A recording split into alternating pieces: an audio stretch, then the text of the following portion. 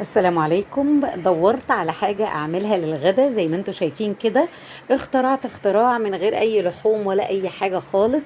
جبت مادة دهنية، آه، 3 4 معالق من الزيت وكيس من الشعرية، ورحت جاية محمراه كويس قوي لحد ما اداني لون موحد، ورشيت عليه شوية ملح علشان تديني اللون الموحد ده. خلاص كده هصفيها بعد ما تديني اللون اللي انا عاوزاه، وهحطها في الحلة واحط عليها شوية ملح وشوية فلفل اسمر وبابريكا ومكعب من مرقة الدجاج او مكعبين حسب الكمية اللي انت هتعمليها.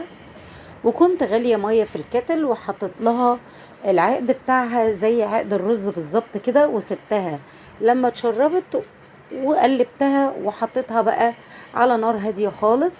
وكنت بغلي مية علشان مقطعة بطاطس مكعبات كده، اديتها بس يدوب 3 دقايق غليان، 3 دقايق مش اكتر من كده.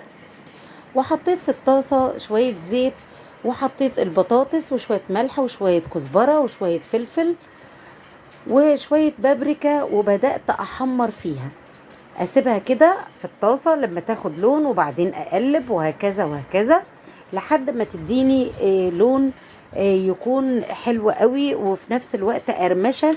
البطاطس دي بتبقى مقرمشة من بره وطرية من جوه. حطيت شوية زيت في النص كده، وجبت نص معلقة من الثوم، وبدأت أشوحها كده أو أحمر فيها، مش هتحمر قوي، يا دوب تشويحة كده مع معلقة من الفلفل المفروم.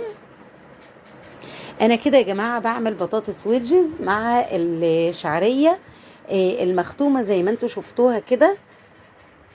اكلة لذيذة جدا واقتصادية جدا وخفيفة، وكمان لو عندك اطفال هيحبوها قوي. البطاطس دي بتتاكل لوحدها كده، او ممكن تحطيها مع شعرية او مع مكرونة زي ما انت عاوزة، وممكن تغمسيها بالعيش، وممكن تعمليها فطار وعشاء كمان.